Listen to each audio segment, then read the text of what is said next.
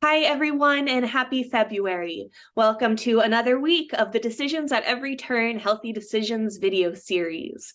We are here in February. This is a month where we focus on love and relationships.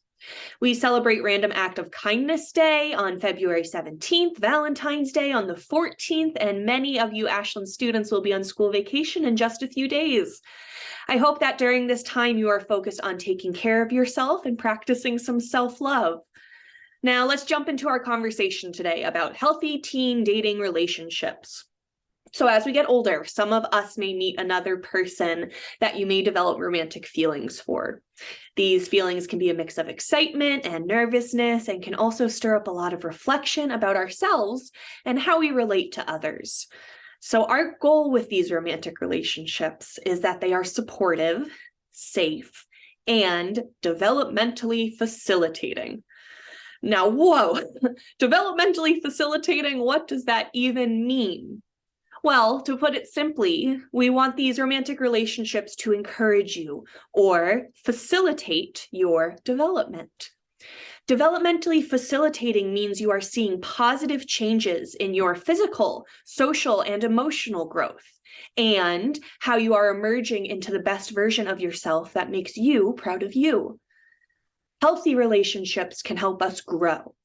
Toxic relationships keep us stuck, or even push us back into a smaller version of ourselves from the past.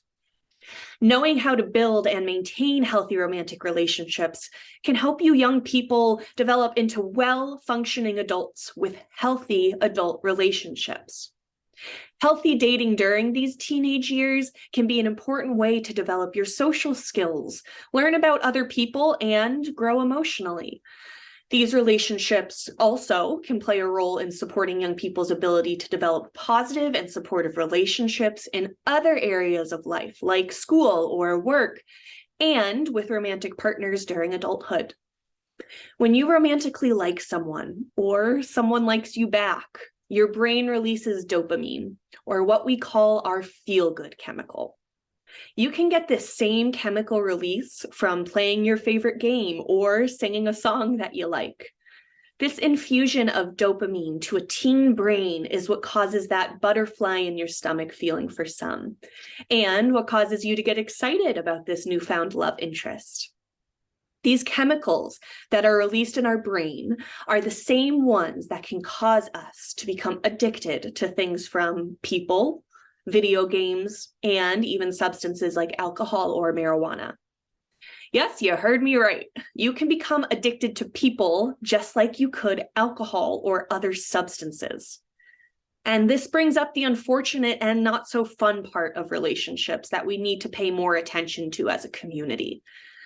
Addiction to a toxic relationship or addiction of any kind can have serious consequences like poor mental health, lowered self-esteem, increased risk for self-harm, and increased likelihood of severe medical conditions. Healthier relationships mean healthier selves. So let me ask you some questions that will really get you thinking about the quality of your romantic relationships. And if you are not in a romantic relationship now, I suggest you hold these questions in your back pocket to help you evaluate later down the road. So, do you feel like there is shared respect between you and your partner? Is there trust in your relationship? And do you trust your partner? Do you trust yourself and your decision-making with this partner? Can you communicate clearly and honestly? Do you feel like the truest version of yourself, or do you at least feel like you're on your way getting there? Are you doing this by yourself, or are you doing this with the support of your partner? Can you and your partner solve problems together? Do you feel heard and that they truly take time to understand your emotions and words? Do you validate each other's needs and wants? Do you hold each other accountable in those not so great moments? Do you help each other towards the best, healthiest version of yourself, even if you don't know what that looks like yet?